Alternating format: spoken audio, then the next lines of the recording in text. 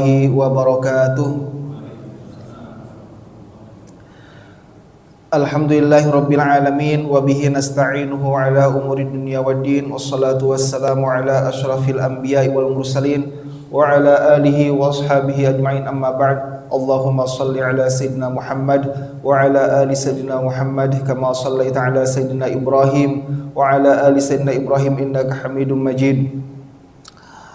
Alhamdulillah, pada kesempatan kali ini kita bisa berkumpul melaksanakan ibadah salat wajib, salat subuh berjamaah.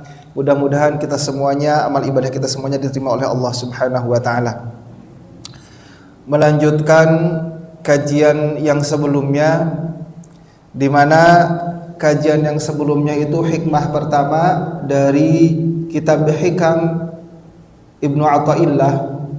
Hikmah pertama mengatakan orang yang tertipu dengan ibadahnya, yaitu min alamatil i'timadi 'alal amal nuqsanur raja' inda wujudiz zalal, yaitu tanda orang yang bergantung kepada amal adalah berkurangnya harapan kepada Allah Subhanahu wa taala, berkurangnya atas harapan terhadap rahmat Allah Subhanahu wa taala ketika terjatuh kepada kemaksiatan. Sulit kembali kepada Allah Subhanahu wa taala, selalu dihantui dengan kesalahan sehingga sulit untuk bangkit kembali meningkatkan ibadah kepada Allah Subhanahu wa taala. Ini adalah termasuk dari tipu daya syaitan, di mana selalu diberikan rasa takut dengan dihantui dengan kesalahan-kesalahan dan selalu menjadi beban bagi pelakunya dan sulit untuk kembali kepada Allah Subhanahu wa taala. Lalu kemudian yang kedua, di antara orang yang tertipu dengan ibadahnya adalah iradatu kat tajrid ma'a iqamatillahi iyyaka fil asbab minasyahwatil khafiyyah. Jadi ketika seseorang menginginkan tajrid ini adalah fokus beribadah kepada Allah Subhanahu wa taala, akan tetapi Allah Subhanahu wa taala menempatkan ia dalam asbab, dalam proses untuk bekerja. Ketika seseorang diberikan amanah oleh Allah Subhanahu wa taala, akan tetapi ia lalai dari amanah tersebut, malah ia pergi untuk melakukan sholat sunnah yang lainnya, misalkan untuk datang ke masjid lalu kemudian i'tikaf, meninggalkan pekerjaannya, maka ini adalah minasyahwatil khafiyah, ada syahwat yang tersembunyi di dalam hatinya. Lalu selanjutnya, sebelum kita membahas tentang di antara yang tertipu, poin di antara yang tertipu dengan ibadah, dalam surah Al-Alaq Allah Subhanahu wa taala menerangkan ketika Rasulullah sallallahu alaihi wasallam di Gua Hira, lalu kemudian tiba-tiba ada panggilan ya Muhammad, ya Muhammad, ya Muhammad. Lalu kemudian Rasulullah sallallahu alaihi wasallam, singkat cerita, ketakutan yang luar biasa sampai datang kepada Khadijah. Lalu kemudian Khadijah mengadukan kepada pamannya, yaitu Waraqah. Setelah mengadu kepada Waraqah, lalu pamannya tersebut memberikan motivasi kepada siapa? Kepada Khadijah dan Rasulullah sallallahu alaihi wasallam. Itu adalah namus, itu adalah malaikat yang pernah datang kepada nabi-nabi sebelumnya. Lalu kemudian Rasulullah SAW bertahanus yang kedua kalinya dan didatangi oleh malaikat Jibril, lalu mengatakan Iqra bismi rabbikal ladzi khalaq khalaqal insana min 'alaq Iqra wa rabbuk.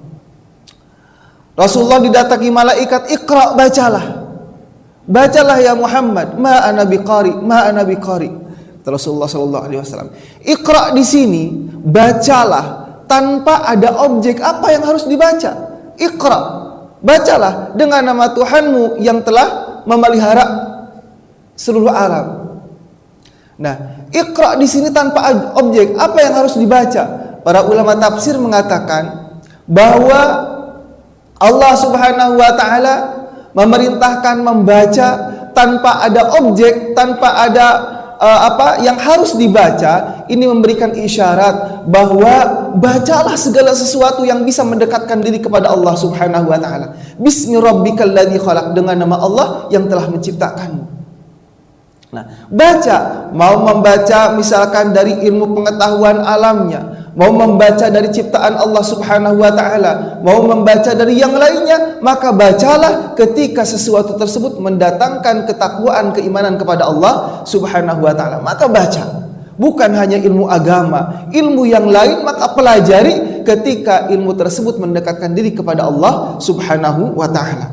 Lalu kemudian yang kedua, ketika Allah Subhanahu wa taala berfirman, "Wa idz qala rabbuka lil malaikati inni ja'ilun fil ardi khalifah, qalu ataj'alu fiha man yufsidu fiha wa yasfiku ad-dima."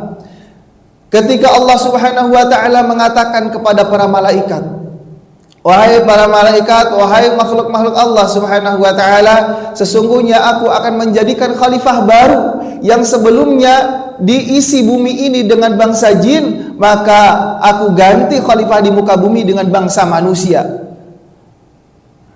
Inni ja'ilun fil ardi khalifah, qalu ataj'alu fiha may yufsidu fiha wa yasfiku ad-dima." Lalu kemudian malaikat mengatakan, "Ya Rabb, apakah engkau akan menjadikan khalifah yang memungkinkan akan melakukan keributan lagi di muka bumi?" Karena apa?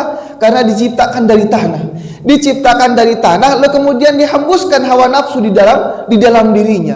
Maka ini berpotensi melakukan keburukan seperti yang sebelumnya. Kata Allah Subhanahu wa taala, "Inni a'lamu ma la ta'lamun." Sesungguhnya aku ini lebih mengetahui, maha mengetahui daripada yang kau ketahui.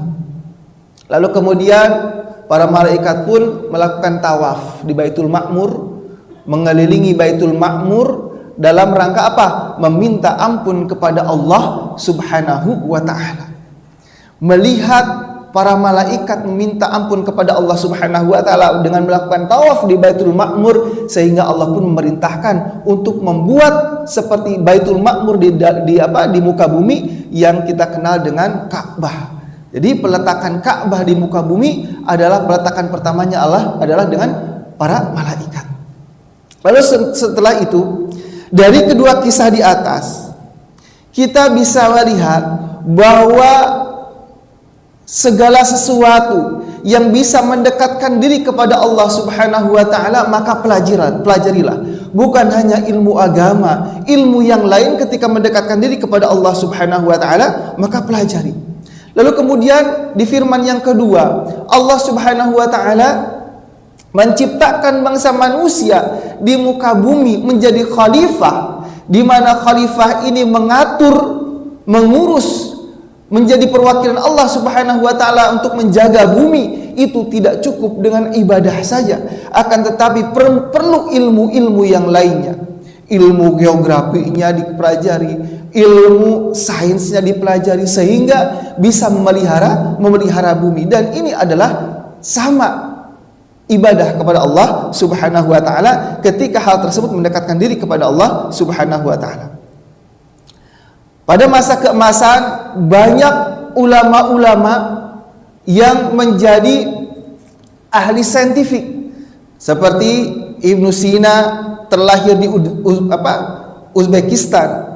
Ia adalah seorang ahli dokter, sehingga mengarang satu kitab namanya Al-Qanun fit Tibb, 3 jilid, dan ini menjadi rujukan kedokteran sampai masa sekarang. Lalu kemudian kita kenal juga Al-Khwarizmi. Al-Khwarizmi ini yang menemukan angka 0. Dalam matematika dikenal dengan penemuan algoritma Al-Khwarizmi. Jadi walaupun angka 0 ini sudah ditemukan ketika di bangsa sebelumnya Romawi, akan tetapi 0 ini dahulunya adalah dengan tanda petik saja. Tanda petik saja untuk menandakan bahwa itu adalah tanda 0. Lalu kemudian disempurnakan oleh Al-Khwarizmi dengan menggunakan lambang bulat yang tidak ada batas di sana. Dengan lambang bulat tersebut bukan hanya awalan dari angka, akan tetapi untuk membedakan puluhan, ratusan, ribuan. Dan ini adalah yang menemukannya adalah orang Islam, ulama Islam. Lalu kemudian kita juga kenal dengan Jabir Ibnu Hayyan yang menjadi tokoh kimia dunia.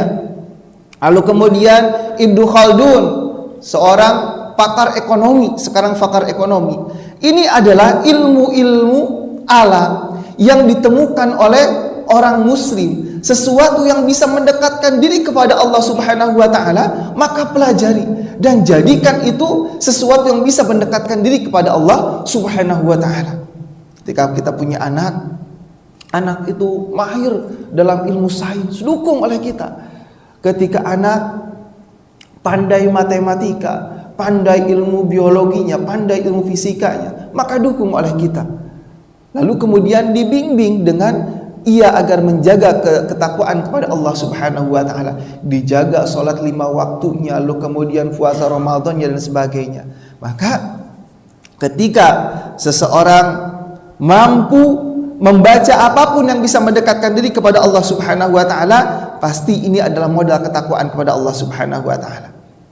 Lalu kemudian kita kembali iradatu kat tajrid. Ketika seseorang dibekali keilmuan, dibekali pemahaman yang luar biasa, bukan hanya di dalam agama, akan tapi di ilmu yang lainnya, akan tetapi iradatu kat tajrid, ingin fokus saja menghilangkan yang lainnya, tidak mau bekerja, lalu kemudian hanya fokus belajar agama. Itu pelajaran apa selain ilmu agama? Maka fokus kepada ilmu agama saja. Ada desas-desus ingin menjauh dari dunia, padahal Allah Subhanahu wa taala telah memudahkan ia dalam memahami ilmu dunia, dalam memahami dalam menjalani keduniawian. Ketika berbisnisnya ia sukses. Lalu kemudian ada di dalam hatinya ingin menjauh dari itu semua, atau misalkan diberikan amanah satu jabatan, lalu tiba-tiba dengan jabatan itu dia ingin meninggalkannya, padahal dia amanah, orang yang amanah dalam jabatannya, orang yang sangat diperlukan. Tiba-tiba ada di dalam hatinya, mau sampai kapan kayak begini? Kayaknya fokus aja di masjid, meninggalkan kewajiban, meninggalkan amanah yang lainnya, fokus aja ibadah kepada Allah Subhanahu wa taala. Nah, ini kata Ibnu Athaillah, hati-hati. Ini adalah asyahwah khafiyah, syahwat yang tersembunyi. Ketika kita ingin fokus dalam ibadah, pada kita diberikan amanah seorang anak, misalkan diberikan amanah istri yang harus kita biayai, atau misalkan diberikan amanah tanggung jawab masyarakat yang memerlukan kita sebagai pemimpin misalkan. Akan tetapi kita tidak mau itu semua, hanya ingin fokus beribadah kepada Allah Subhanahu wa taala. Hati-hati, ini adalah syahwat yang tersembunyi, dan ini termasuk jalannya setan bagaimana mengganggu seseorang agar tertipu dengan ibadahnya. Lalu kemudian langkah ini juga yang bisa menjadi jalannya setan, yaitu seseorang yang sibuk dengan ibadah-ibadah sunnah dan melupakan ibadah yang wajib. Ketika seseorang diberikan amanah keluarga, maka yang paling wajib adalah menafkahi keluarga. Ketika seseorang diberikan amanah satu jabatan, maka yang wajib baginya adalah, yang wajib setelah ibadah-ibadah wajib kepada Allah, yang wajib selanjutnya adalah menjalankan amanah seorang pemimpin, menjadi pemimpin yang baik, pemimpin yang jujur. Itu pun termasuk ibadah. Lalu kemudian ada satu kisah di mana seorang salafus shalih ini memiliki beberapa murid. Lalu kemudian ia memerintahkan murid ini untuk pergi ke Basrah. Wahai muridku, datanglah. Sesungguhnya aku ingin mengutusmu untuk pergi ke Basrah. Di Basrah ada saudara kita yang membutuhkan bantuan.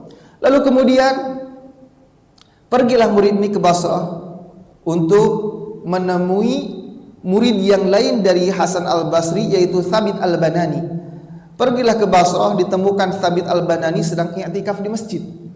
Wahai Thabit al-Badani, sesungguhnya aku menyampaikan pesan dari gurumu bahwa engkau diperintahkan oleh gurumu untuk pergi keluar karena ada saudara dari Imam Hasan al-Basri yang memerlukan bantuan.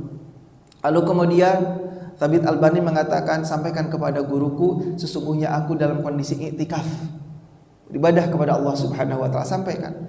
Disampaikan lagi oleh muridnya ke Hasan al-Basri. Kata Hasan al-Basri, dikatakan, sampaikan lagi kepada muridku, sesungguhnya ketika seorang menolong saudaranya, maka ibadahnya tersebut melebihi dari ibadah-ibadah yang lainnya, melebihi dari ibadah iktikaf di masjid puluhan ribuan kali lipat. Dan kemudian disampaikan, dan Thabit al-Badani pun keluar untuk memberikan bantuan kepada yang lainnya, kepada yang membutuhkan. Nah, ini adalah beri gambaran kepada kita bahwa ketika kita menjadi penopang bagi yang lainnya, dibutuhkan bagi yang lainnya, maka ibadah-ibadah yang lain terkalahkan. Maka ibadah menolong yang lain itu lebih dahsyat. Ketika kita diberikan amanah, maka menunaikan amanah itu lebih dahsyat daripada ibadah-ibadah sunnah yang lainnya. Jangan sampai kita tertipu dengan ibadah yang sunnah, akan tetapi ibadah-ibadah yang wajib terabaikan. Misalkan sekarang bukan menjelekan orang yang datang ke majelis taklim, tidak, tetapi jangan sampai terlewatkan ibadah wajibnya. Misalkan seorang perempuan ketika senang datang ke majelis taklim, itu sangat-sangat baik, luar biasa, akan tetapi jangan sampai lupa berbakti kepada suaminya, berbakti mengurus anaknya. Ketika anaknya sekolah, suaminya sudah dilayani, suaminya pergi ke kantor, anaknya pergi ke sekolah, datang ke majelis taklim, itu luar biasa. Kebaikan wajibnya dipenuhi, sunnahnya pun didatangi, dan ini adalah yang luar biasa. Jangan sampai pergi ke majelis taklim, Bu, mana makanan ayahmu ke kantor? Ya, kan mau ke majelis taklim, udahlah masak sendiri, siapin baju sendiri, ini kan mau ke majelis taklim. Nah, jangan sampai seperti itu. Mungkin kata ayahnya, ini kok semakin banyak ke majelis taklim tetapi semakin tidak melayani suaminya. Jangan sampai terjadi yang seperti itu. Jadi terfokus kepada sesuatu yang sunnah, akan tetapi melalaikan ibadah yang wajib. Lalu kemudian jangan sampai kita beranggapan bahwa ketika seseorang melupakan dunia, itu adalah sesuatu yang luar biasa, sesuatu yang nilainya tinggi di sisi Allah Subhanahu wa taala, padahal kita diduduki oleh Allah, ditempatkan oleh Allah Subhanahu wa taala di tempat asbab, di tempat yang memang harus bekerja, karena kita diamanahi oleh Allah Subhanahu wa taala beberapa amanah, di antaranya keluarga, atau misalkan kedudukan amanahnya sebagai menjadi pemimpin masyarakat. Seperti yang terjadi pada Abdullah bin Amr bin As. Datang istrinya kepada Rasulullah sallallahu alaihi wasallam, wahai Rasulullah, sesungguhnya aku ini lelah dengan suamiku yang selalu sibuk dengan ibadah, sholat di masjid sampai lupa, nggak pulang-pulang ke rumah. Lalu kemudian setelah i'tikaf di masjid pergi ke ta'lim dan sebagainya, sampai lupa untuk berkumpul bersama keluarga, memberikan nafkah kepada istrinya. Lalu dipanggillah Abdullah bin Amr bin As oleh Rasulullah SAW. Wahai Amr bin As, betulkah engkau melakukan ibadah sampai lupa untuk pulang ke rumah? Betul ya Rasulullah. Lalu kemudian puasa sampai lupa untuk memberikan nafkah kepada keluargamu? Betul wahai Rasulullah SAW. Lalu kata Rasulullah SAW, wahai Abdullah bin Amr bin As, sesungguhnya aku pun sama, aku sholat sepertimu, aku puasa sepertimu, tetapi aku juga berkumpul bersama keluarga, bersama istri-istriku. Lalu kemudian kalau seandainya dirimu beribadah terus tanpa memberikan perhatian kepada keluarga, kepada istrimu, maka tidak kuakui sebagai umatku. Rasulullah SAW tidak mengakui sebagai umat Rasulullah SAW. Ketika fokus terhadap ibadah sunnah, akan tetapi melupakan ibadah yang wajib, yaitu untuk Untuk memberikan nafkah keluarga, untuk memberikan perhatian kepada keluarga, maka ia tertipu dengan ibadahnya. Sampai-sampai ada yang datang kepada Rasulullah sallallahu alaihi wasallam, seseorang dari Ansor, lalu kemudian dia meminta bantuan kepada Rasulullah sallallahu alaihi wasallam. Ya Rasulullah, tolonglah beri bantuan kepadaku. Lalu kemudian kata Rasulullah sallallahu alaihi wasallam, memangnya kamu tidak punya apa-apa di rumah? Ya Rasulullah, di rumahku hanya ada jilsun. Jilsun itu kain, nalbasu ba'dahu wa nabsutu ba'dahu. Sebagiannya saya pakai dan sebagiannya saya bentangkan untuk duduk bersama keluarga. Lalu kemudian yang lain adalah waqa'bun nashrabu fihil ma, dan satu barang lagi yaitu apa? Cangkir yang kami minum dari cangkir tersebut. Lalu kata Rasulullah SAW, datangkan keduanya kepada saya, kata Rasul. Didatangkan kepada Rasulullah, lalu kemudian Rasulullah menjual kepada para sahabat. Wahai para sahabat, siapa di antara kalian yang ingin membeli barang ini? Ada seorang sahabat mengacungkan tangannya. Saya Rasulullah, saya beri dengan 1 dirham. Lalu kata Rasulullah, ada lagi yang lebih tinggi menawar cangkir dan kain ini. Lalu sahabat yang mengatakan, saya Rasulullah, saya memberi dengan 2 dirham. Lalu diberikan oleh Rasulullah dan diterima kedua dirham tersebut, diberikan kepada seorang dari Ansor tersebut. Wahai Ansor, kemarilah. Ini ada uang 2 dirham. Yang 1 dirham engkau berikan kepada keluargamu untuk memberikan makanan, untuk memberikan minuman. Lalu kemudian 1 dirham ini belilah 1 buah kapak. Lalu pergilah orang Ansor ini datang kepada Rasulullah dengan sebuah kapak. Lalu Rasulullah SAW memasukkan kapak itu dengan kayu sehingga ada batangnya.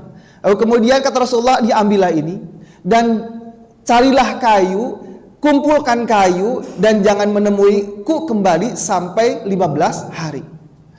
Lalu kemudian pulanglah orang tersebut mengumpulkan kayu selama 15 hari.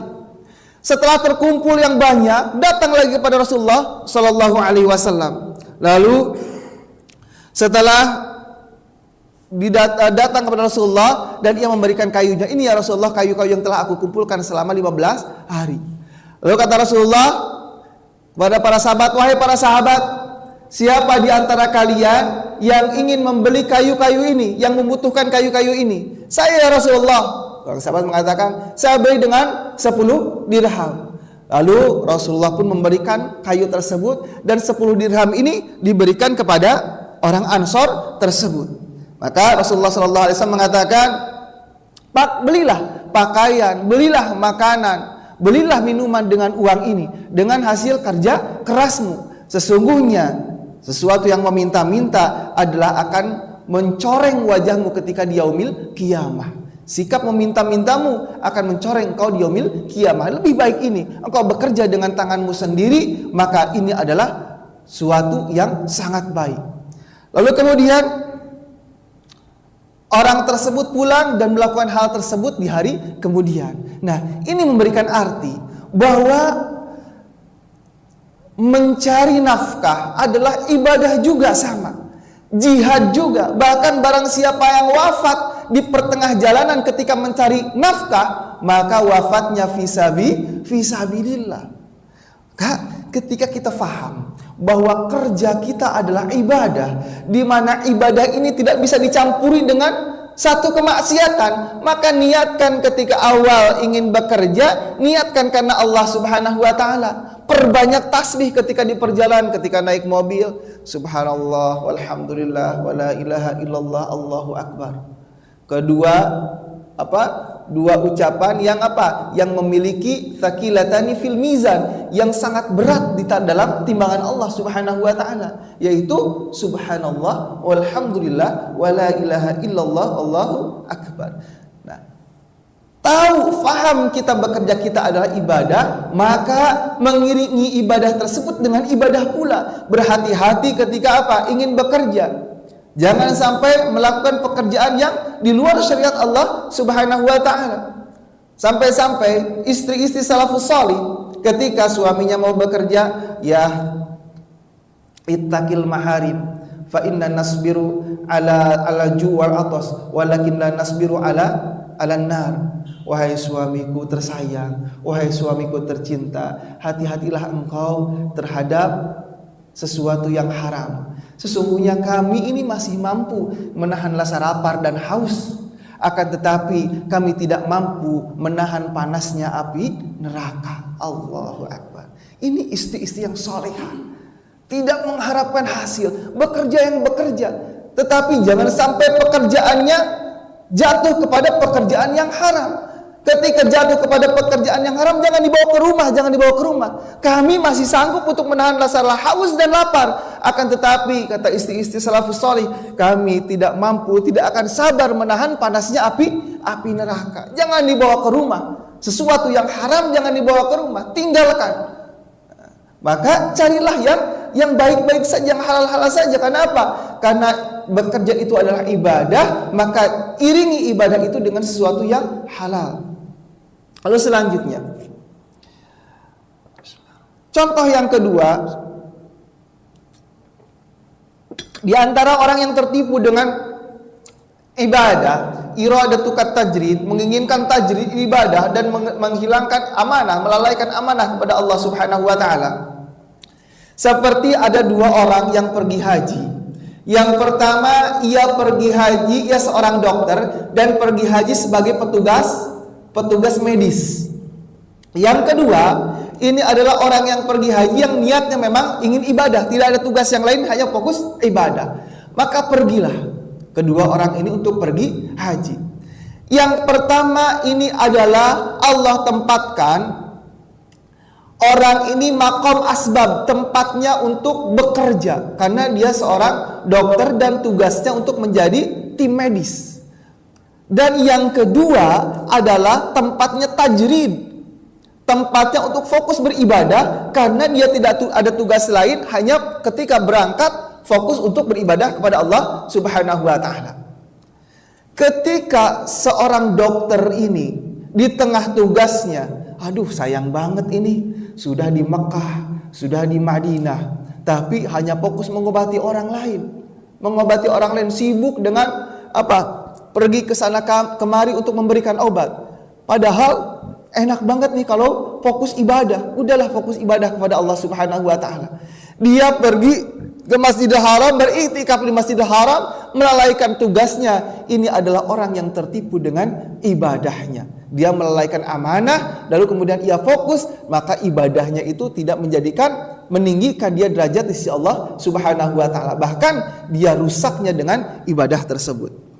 Lalu kemudian ketika seseorang dikarunia oleh Allah Subhanahu wa taala di tempat asbab, di tempat bekerja, ketika bekerja ini cara membedakan bagaimana tempat kita ini tempatnya harus bekerja atau harus beribadah. Maka rasakan oleh kita, ketika kita dalam bekerja itu bekerja yang halal, lalu kemudian dalam bekerja kita tidak melalaikan ibadah kepada Allah Subhanahu wa taala, lalu kemudian masih bisa bersilaturahim dengan yang lainnya, mampu bersedekah, maka bekerja ini adalah pekerjaan yang telah ditetapkan oleh Allah Subhanahu wa taala, yang telah ditempatkan oleh Allah Subhanahu wa taala, maka jangan dulu belok kepada yang lainnya kecuali Allah menempatkan di tempat yang lainnya. Ketika misalkan sudah sukses, sudah misalkan dia sudah menjalankan tugasnya, lalu kemudian Allah tempatkan di makom tajrid, di makom untuk fokus ibadah kepada Allah Subhanahu wa taala, maka fokus beribadah kepada Allah Subhanahu wa taala, karena sudah tidak ada amanah yang diembannya lagi, yang dipikulnya lagi. Nah, jadi ketika seseorang di makom asbab, di makom bekerja, maka profesional ketika bekerjanya, iringi dengan apa? Dengan keikhlasan, ketakwaan kepada Allah Subhanahu wa taala, dan jangan dulu belok kepada yang lainnya ketika pekerjaan tersebut tidak mengeluarkan seseorang dari syariat Allah Subhanahu wa taala. Nah, jangan sampai kayaknya kelihatannya bukan ahli ibadah, kerjaannya dunia mulu. Aduh, nggak enak sama tetangga. Orang mungkin ngelihat kita bukan ahli ibadah, bukan ahli ibadah, tapi kita ahli dunia karena dilihatnya kerja terus. Entar mah mau fokus ke masjid aja.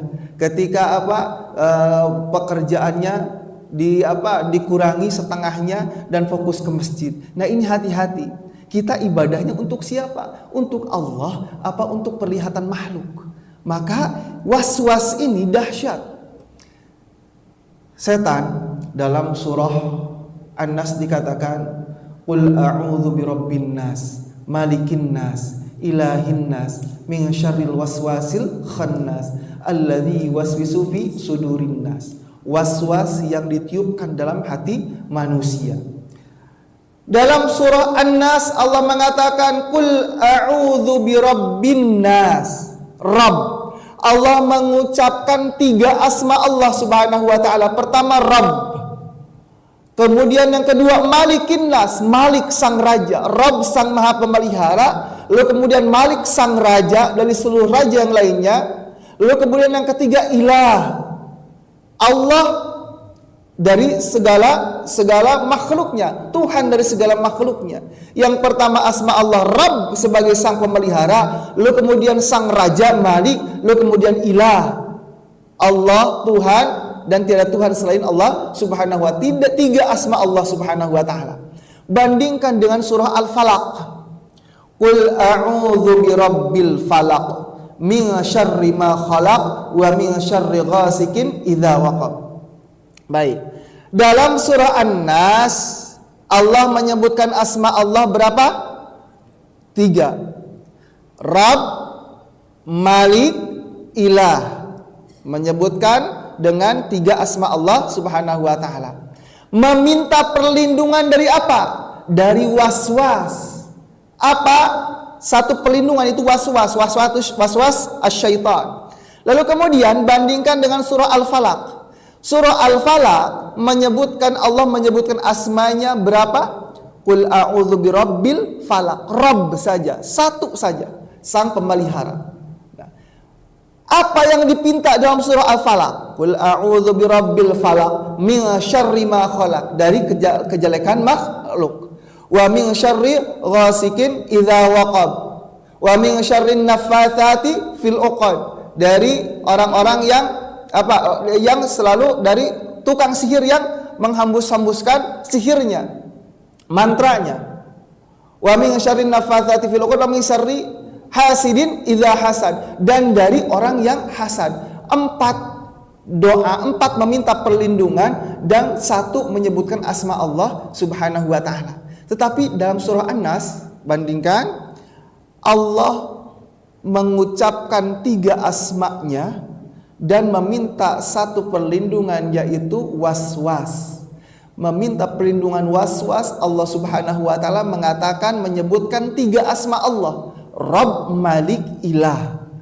Ini ulama tafsir mengatakan bahwa keburukan was-was di dalam hati, was-was yang ditiupkan setan di dalam hati itu lebih dahsyat dibandingkan gangguan yang akan mendatangi jasad kita. Tiupan mantra ke jasad kita, orang yang hasud ingin mencelakai kita, itu tidak apa-apanya dibandingkan bahaya was-was yang meniup-niupkan di dalam hati kita. Karena was-was ini, rasa was-was dalam hati ditiupkan dalam hati, ya ingin takaburnya, ingin sombongnya, ingin merasa dipujinya. Ini bukan hanya terjadi kepada orang-orang awam saja, akan tetapi orang-orang salih, orang-orang ahlul ilmu pun sama diberikan godaan seperti ini. Maka dahsyat was-was dari setan. Bentuk was-was dari setan yang selanjutnya yaitu apa? Seseorang yang di antaranya awal merasa bangga dengan ibadah yang telah ia lakukan, seolah-olah apa? Seolah-olah telah berhak mendapatkan derajat tinggi di sisi Allah Subhanahu wa ta'ala dan merendahkan yang lainnya. Semakin banyak ibadah bukan semakin banyak merunduk, akan tetapi semakin pede, semakin yakin bahwa dirinya adalah dekat dengan Allah Subhanahu wa ta'ala. Semakin seolah-olah dekat dengan surganya Allah Subhanahu wa taala. Ketika diberikan musibah, ya Allah, kenapa sih diberikan musibah? Padahal saya ini rajin ibadah. Padahal ibadah saya ini banyak. Kenapa diberikan musibah? Padahal saya itu banyak sedekah. Padahal sedekah kan itu menjauhkan bala. Tetapi kenapa diberikan musibah? Nah, ketika seorang bersandar kepada amalnya, maka ketika diberikan sesuatu yang tidak sesuai dengan harapannya, ia menyalahkan Allah Subhanahu wa taala. Nah, itu adalah was-was dari syaitan. Lalu kemudian ketika seseorang sibuk dengan dunia untuk menjalankan amanahnya kepada Allah Subhanahu wa taala, diberikan was-was oleh setan. Ngapain kamu sibuk dunia terus? Sudahlah ibadah kepada Allah. Tinggalkanlah dunia. Sudahlah fokus iktikaf, fokus datang ke masjid. Enggak usahlah fokus kepada pekerjaanmu, tinggalkan saja. Nah, ini adalah was-was syaitan yang sangat luar biasa. Lalu kemudian wa iradatukal asbab, sekarang kebalikannya. Wa iradatukal asbab ma'iqamatillah iyyaka fit tajrid. Engkau menginginkan bekerja, fokus kepada pekerjaan duniamu, ma'iqamatillah iyyaka fit tajrid. Padahal Allah menempatkanmu dalam posisi untuk fokus ibadah kepada Allah Subhanahu wa taala. Ketika ada hal yang demikian, maka orang tersebut hakikatnya inhitatun anil himmatin aliyah, telah jatuh dari nilai yang tinggi. Ini sebaliknya dari kejadian yang pertama.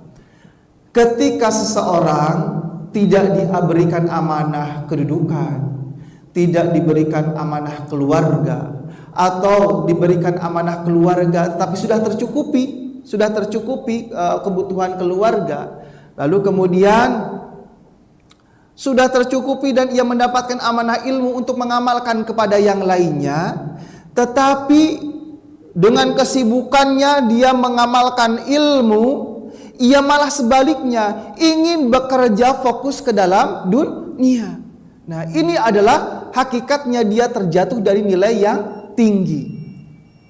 Dari nilai yang tinggi. Nah, karena sesungguhnya ketika seseorang itu sudah diberikan ilmu, lalu kemudian dengan ilmunya banyak orang yang mendengarkannya, dengan ilmunya memberikan banyak manfaat kepada yang lainnya, lalu kemudian keluarganya pun tercukupi, dan sudah tercukupi, ilmunya bisa dimanfaatkan, sibuk dengan ibadah kepada Allah Subhanahu wa taala, akan tetapi ingin fokus kepada yang lainnya, ingin fokus ke dalam dunia, padahal Allah telah tempatkan orang tersebut di makom tajrid, di makom untuk fokus beribadah kepada Allah Subhanahu wa taala, akan tetapi ingin dunia, maka ini pun sama was-was syaitan. Syaitan ingin menjatuhkan seorang dari derajat yang tinggi ke derajat yang sangat rendah. Nah, di antara agar tahu kita itu ditempatkan di tempat tajrid adalah ketika kita mudah dalam mempelajari agama, lalu kemudian ketika waktunya habis dengan mengisi kajian-kajian atau mengajarkan ilmu agama, memberikan manfaat yang lainnya, keluarganya tercukupi, maka yakin itu adalah Allah telah menempatkan seorang tersebut di makom tajrid. Fokus aja di sana. Fokus aja di sana. Apalagi sudah berusaha gagal lagi, sudah dagang gagal lagi, sudah fokus di makom tajrid.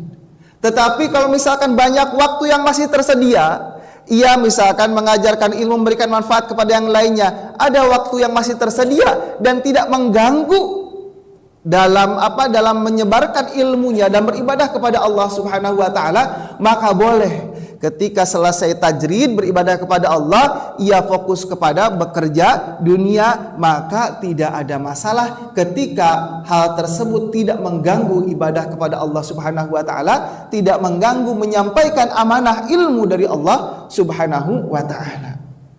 Maka ketika di makom tersebut sudah bersyukur kepada Allah Subhanahu wa taala dan sampaikan ilmu, berikan manfaat kepada yang lainnya, isi dengan ibadah kepada Allah Subhanahu wa taala. Terjadi di masa sahabat di mana ada ahlu suffah disebutnya. Ahlu suffah ini Rasulullah SAW membangunkan satu bangunan. Jadi di sebelah sini, misalkan gambarkan ini adalah rumah Rasulullah. Lalu kemudian nempel di rumah Rasulullah itu masjid Rasulullah SAW. Lalu kemudian di sebelah kanannya itu disediakan lagi tempat untuk ahlu suffah. Jadi sebelah kiri rumah Rasulullah, di tengahnya masjid, lalu di samping kanannya itu ahlu suffah. Ahlu suffah ini adalah santri Rasulullah SAW yang fokusnya mengumpulkan hadis, mengikuti Rasulullah SAW. Fokusnya itu saja.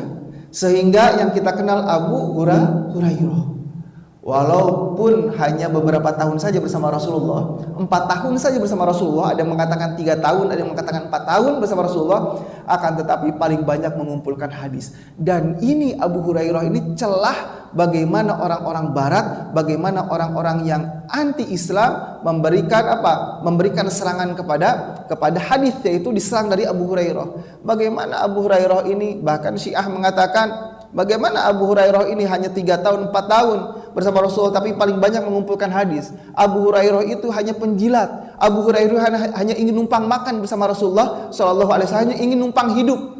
Padahal tidak. Rasulullah memang menyiapkan ahlu suffah, orang yang fokus di dalam agama, dan makanannya dijamin oleh Rasulullah SAW. Difokuskan untuk beribadah. Lalu kemudian bagaimana mungkin ia paling banyak mengumpulkan hadis? Ya memang karena fokusnya mengumpulkan hadis, fokusnya untuk beribadah, fokusnya untuk mengikuti Rasulullah SAW. Dan orang terdahulu itu ketika mengikuti Rasulullah, menghafalkan hadis itu tidak dengan catatan. Ketika mengikuti Rasulullah, ada hadis dari Rasulullah, ada perkataan Rasulullah, langsung ditulis dengan batu atau dengan kulit, maka ini adalah tanda di kelemahan orang tersebut. Oh, orang ini lemah. Orang ini lemah ingatannya. Orang ini buruk ingatannya, karena kemana-mana harus membawa kulit ataupun batu. Justru yang menjadi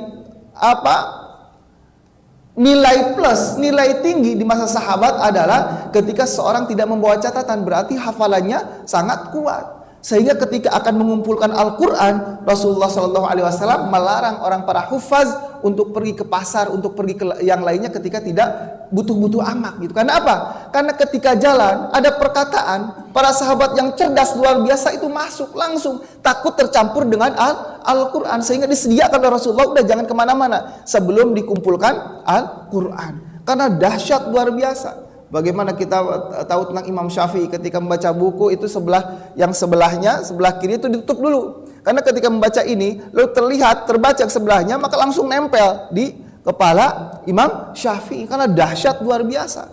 Hafalan mereka dahsyat luar biasa. Nah, maka tidak heran ketika Abu Hurairah paling banyak mengeluarkan hadis. Dan ini adalah celah bagi orang-orang yang membenci Islam untuk menghancurkan ilmu hadis, yaitu dengan menjelekkan Abu Hurairah. Lalu kemudian, nah, ahlu suffah ini memang disediakan oleh Rasulullah SAW itu untuk mencari ilmu, untuk mengumpulkan hadis, dan tidak dianjurkan bekerja. Sudah fokus mencari ilmu. Lalu kemudian, selain ahli suffah, ketika Rasulullah SAW hijrah dari Mekah ke Madinah, maka Rasulullah SAW itu satukan orang yang hijrah dengan penduduk Madinah untuk saling bertukar. Jadi ada yang memberikan ilmu agama, ada juga yang menjamin kehidupan dari penduduk Madinah. Dan juga ada yang pergi ke pasar untuk berjualan, seperti Abdurrahman bin Auf, dia memilih berjualan ke pasar. Nah, ini adalah salah satu di mana Rasulullah SAW itu menempatkan ini seseorang yang fokus saja di dakwahnya, ini fokus di bekerjanya, lalu dikawinkan oleh Rasulullah SAW. Nah, ketika sudah ditempatkan tersebut, jangan ada hati ingin, sudah dicuputkan keluarganya, ingin juga sibuk dengan dunia, padahal dunia tersebut bisa mempengaruhi, bisa mengurangi dari dia dia melakukan dakwahnya untuk membagikan kebaikan, mengganggu hal tersebut, maka sudah jangan fokus ke sana, fokus aja ke ilmu agama, ke dalam dakwahnya. Nah, lalu kemudian terakhir bahwa makom tajrid ini, mengosongkan diri hanya beribadah kepada Allah, menjauhi dunia, itu ada 2. Pertama, ada makom tajrid, menjauhi dunia dari badan, menjauh dari dunia, menjauh dari hiruk pikuk dunia, hanya fokus ke dalam ibadah. Ada juga yang bukan badannya tetapi hatinya. Dia kaya raya, akan tetapi hatinya menjadikan kekayaan itu bukan untuk apa-apa, tapi untuk apa? Dalam rangka apa? Dalam rangka menjalankan ibadah kepada Allah Subhanahu wa taala. Seperti terakhir ada salah satu salafus saleh yang sangat terkenal, yaitu Abu Hasan As-Sazili. Abu Hasan As-Sazili ini adalah seorang ahli ibadah yang sangat banyak muridnya, lalu kemudian sangat solih dan ahli juhud, yang sangat juhud. Juhud ini kita kenal kan menjauh dari dunia. Ketika ada seorang santri yang berguru di Irak, lalu kemudian ia ingin belajar lebih lagi tentang kejuhudan. Wahai guru, sesungguhnya saya ingin belajar lagi tentang kejuhudan. Maka harus kemana saya berguru? Kata guru tersebut, pergilah ke guru saya, yaitu Abu Hasan As-Sazili. Ia ada di Syam, di daerah Syam itu kalau dulu tuh mungkin, sekarang itu Palestina lah, daerah-daerah sana. Pergilah ke Syam. Lalu kemudian ketika di Syam ditanyakan di mana rumahnya Abu Hasan As-Sazili. Ketika itu ditunjukkan di dataran yang sangat tinggi. Lalu kemudian terlihat rumah yang sangat mewah. Heran. Yang itu? Iya, yang itu. Pergilah ke sana. Di sana adalah tempatnya Abu Hasan As-Sazili. Pergilah ia ke sana. Lalu kemudian ketika datang ke tempat tersebut, dia menemukan kok bisa ini terkenal dengan ahli juhud yang menjauh dari dunia, akan tetapi kenapa rumahnya mewah sekali. Lalu kemudian datanglah, bertemulah dengan Abu Hasan As-Sazili. Lalu kemudian Abu Hasan As-Sazili, tolong berikan nasihat, saya ingin berguru kepadamu dan aku membawakan pesan dari guruku di Irak, meminta pesan kepadamu apa yang harus ia lakukan. Lalu kata Abu Hasan As-Sazili, sampaikan kepada gurumu, jauhi dunia. Bingung orang ini, kok bisa jauhi dunia, padahal guruku yang di Irak itu yang biasa-biasa saja, orang menengah, orang yang pas-pasan. Padahal beliau ini, Abu Hasan As-Sazili ini orang yang megah, orang yang punya rumah mewah. Lalu kemudian ia memberikan nasihat kepada guru yang di Irak agar menjauhi dunia. Bagaimana mungkin? Lalu kemudian pulanglah murid tersebut dan disampaikan kepada gurunya di Irak. Apa yang Abu Hasan As-Sazili sampaikan kepadaku? Nasihat apa? Abu Hasan As-Sazili memberikan nasihat kepadamu agar menjauhi dunia. Menangis orang tersebut, menangis. Ulama tersebut menangis. Lalu kemudian meminta ampun kepada Allah Subhanahu wa taala.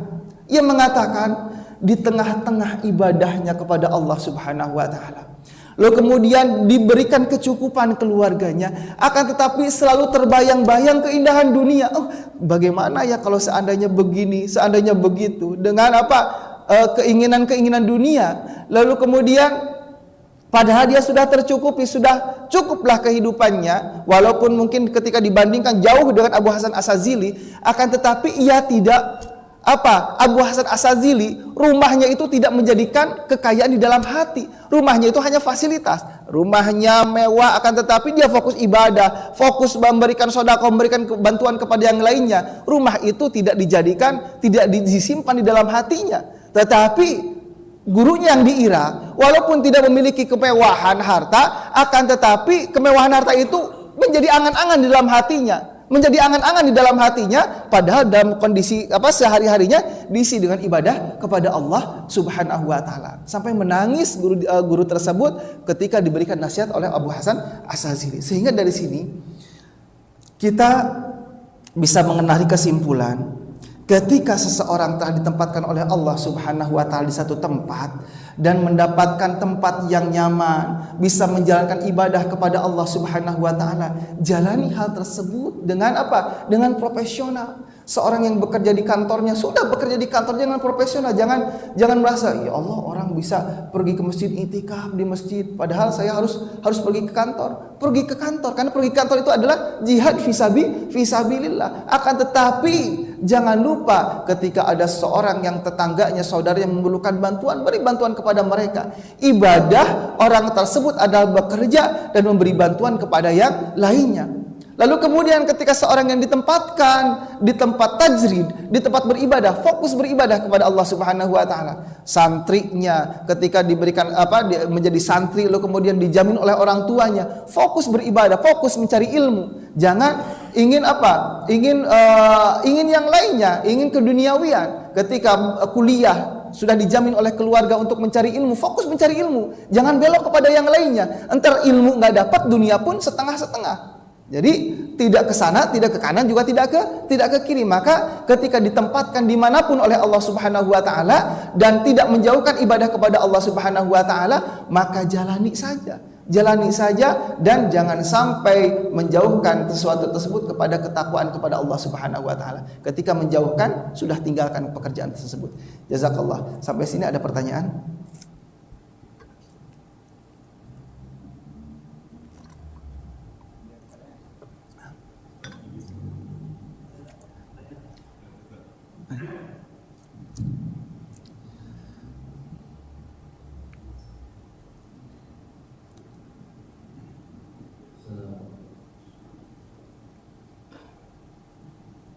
Assalamualaikum warahmatullahi wabarakatuh. Waalaikumsalam warahmatullahi wabarakatuh. Saya ingin menanyakan masalah tertipu dengan ibadah. Kenapa? Tertipu. Nah, di dalam ayat Al-Quran dikatakan, "Qul in kuntum tuhibbunallah fattabi'uni yuhibbukumullah wa yaghfir lakum dzunubakum. Wallahu ghafurur rahim." Ini adalah menunjukkan sunnah-sunnah Rasulullah SAW, termasuk sunnah etika di masjid, makmum dan masjid.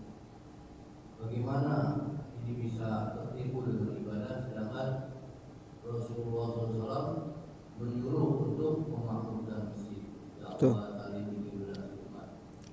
Dari segi apa tertipunya? Terima kasih. Assalamualaikum warahmatullahi wabarakatuh. Baik. Bismillahirrahmanirrahim. Allah Subhanahu wa taala berfirman, "Qul in kuntum tuhibbunallaha fattabi'uni yuhibbukumullah wa yaghfir lakum min dzunubikum." Nah, Allah Subhanahu wa taala berfirman, katakanlah, jika engkau mencintai Allah Subhanahu wa taala, fattabi'uni, maka ikutilah aku, kata Rasulullah. Ikutilah aku, sunnah-sunnahku, maka Allah pun akan mencintaimu. Ketika engkau mengikuti sunnahku, maka Allah pun pasti mencintaimu. Allahu Akbar. Betul.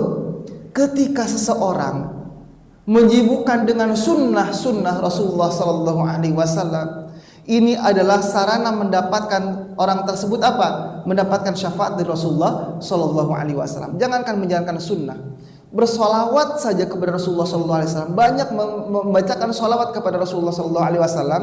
Dan Rasulullah ini ketika seorang solawat, ada sekelompok malaikat yang tugasnya satu.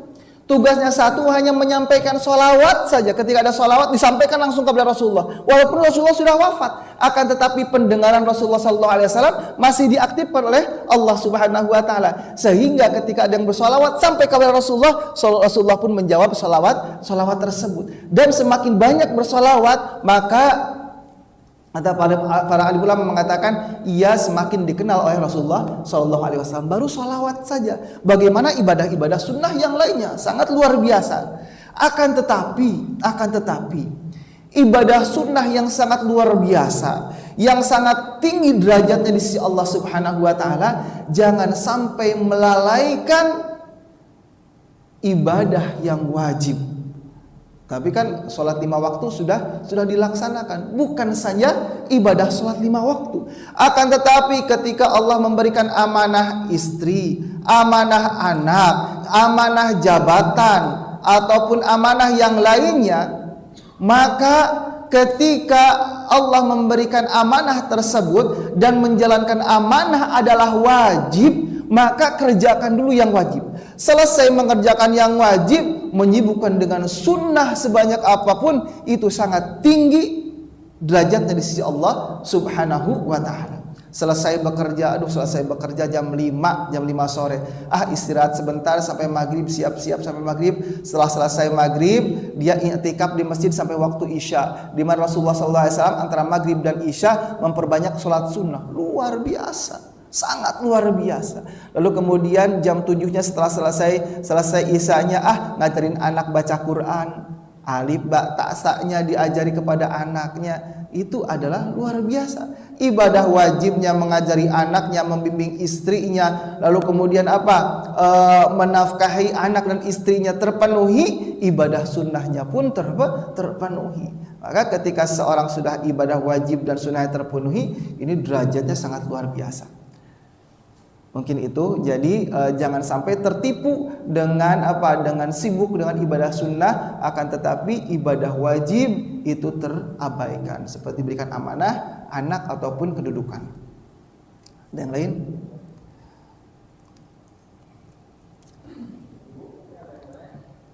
Ya, alhamdulillah. Tidak ada? Alhamdulillah. Ya, apalagi sekarang lagi ini ya, lagi masa-masa pemilu ya, banyak juga orang yang ditempatkan oleh Allah maqam tajrid, maqam menyampaikan ilmu, lalu menyampaikan syariat-syariat Allah Subhanahu wa taala, tiba-tiba berbelok haluan menjadi misalkan yang lainnya. Nah, ini padahal Allah berikan tempat sebagai tempat orang untuk menyebarkan ilmu, tapi dia berbelok kepada yang lainnya. Nah, mudah-mudahan kita semuanya bisa dijauhkan dari waswas syaitan. Mudah-mudahan kita semuanya selalu dilindungi oleh Allah Subhanahu wa taala, dan mudah-mudahan dengan amal ibadah ini menurunkan rahmat Allah Subhanahu wa taala.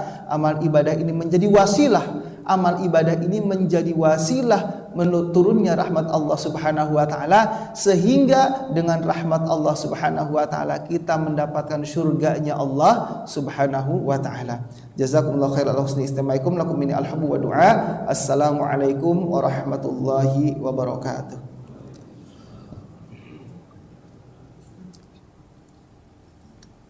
Informasi dan juga mengundang kepada para jemaah untuk siang nanti, insya Allah jam 10 malam kita akan melaksanakan kajian kembali bersama Ustaz Abi Maki dengan tema manusia yang paling lemah. Siapa manusia yang paling lemah? Jadi mohon kepada jemaah yang dari waktu luang bukan kembali masih kita di rumah untuk mengikuti kajian bersama Ustaz Abi Maki.